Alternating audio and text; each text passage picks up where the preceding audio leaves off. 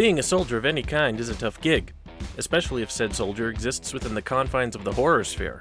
So often, in fact, do the warriors of the past, present, and future find themselves in struggles against supernatural, preternatural, or extraterrestrial threats, I decided to make a list. Here are the horror and cats picks for 6 times soldiers found themselves out of their depth when pitted against the unnatural and unholy. And, of course, the platforms on which you can find them. Every year more and more people come through here. Every once in a while, they don't come back. A routine SAS exercise in the Scottish wilds turns into a desperate rural siege while under-equipped soldiers fight to survive the night and stave off attacking werewolves. It's a genuine cult classic in the werewolf subgenre and features Gotham's Sean Pertwee, who this audience will most likely know best as Lewis and Clark pilot Smitty in Event Horizon. This flick makes the most of its modest budget with exclusively practical creature effects, the best kind. And despite being campier than an RV park, the story is compelling and believable. Well, somewhat believable. An equation that could potentially alter reality. A soldier that was invulnerable, unstoppable. Paramilitary mercenaries are hired to protect a shady geologist who believes a World War II-era Nazi bunker in Eastern Europe contains loot worth acquiring, not knowing the full extent of what went on and what still may go on in said bunker. Things, of course, never go as planned when in an abandoned Nazi bunker, so when the men start being often surprisingly creative, teeth-clenching ways for such an otherwise understated movie, it of course turns out the shady fella wasn't after gold at all, but something much more valuable and dangerous. All in all, it's an underrated entry, and since it's free on Tubi, give it a watch. Although, I can't speak for the 2 sequels also on Tubi. If you've seen those, let me know how they are in the comments. I fired at this thing, and it just kept coming. Bullets don't stop it. What are you talking about? Scarecrows, man! Like humans! Somebody is trying to scare us out of here.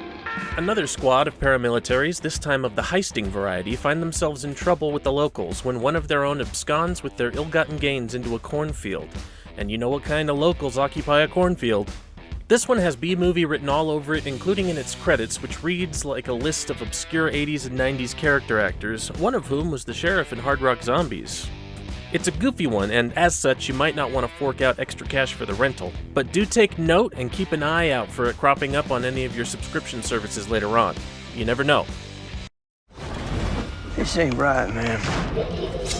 This place is bad juju. A squad of Allied soldiers are assigned to occupy and defend a French chateau as World War II comes to a close, only to find out, put simply, the house is haunted AF. Starring Jack Reacher's Alan Ritchson, The Cleansing Hour's Kyle Gallner, and Billy Zane?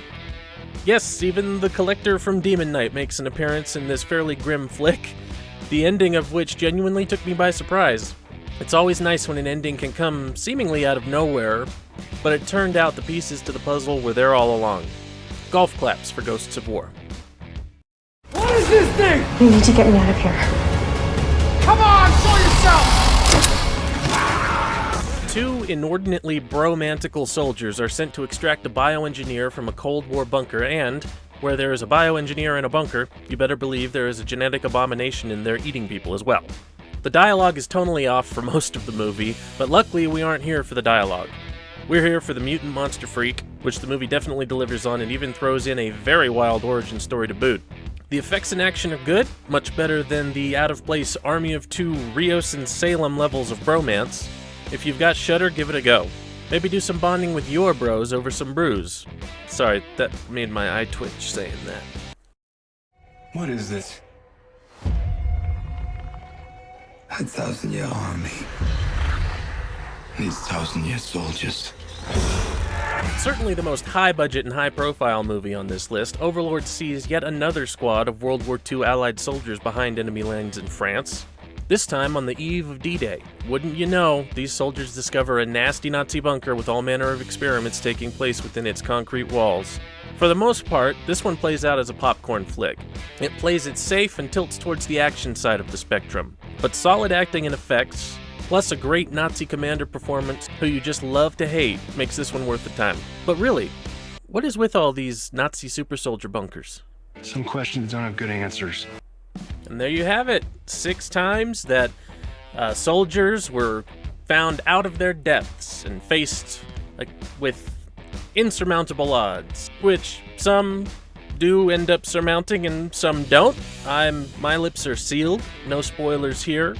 I hope you enjoyed this. I hope at least one of these maybe you haven't seen or have been meaning to rewatch and this reminded you.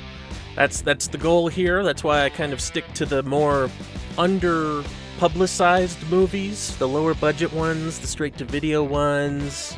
My ultimate goal is to bond over new movies that we can all watch. Speaking of bonding, tell me in the comments what your favorite soldiers out of their depth scenario is. It can be unknown, it can be super popular. One of the obvious choices here would be Predator, because, you know, they're soldiers in a jungle and there's an invisible alien killing them. It's basically tailor-made for this list, but everybody knows Predator. Everybody's seen Predator. If you haven't seen Predator, go watch Predator. I'll wait. But yeah, even if it's a big-name movie, just drop it in there. I'm here to chat. I like to hear about other people's favorite movies in whatever list I'm trying to make. And I've actually been turned on to some new ones. Some that I haven't seen, which is great. That thrills me. I love that. So, yeah.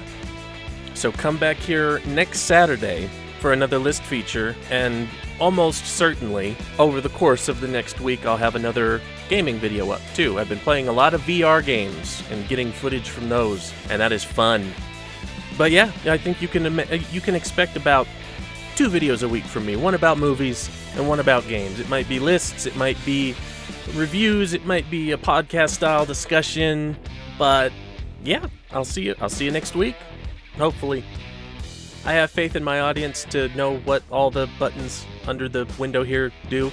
So hit whichever ones you feel are appropriate considering your feelings toward this video and future videos. See you next time.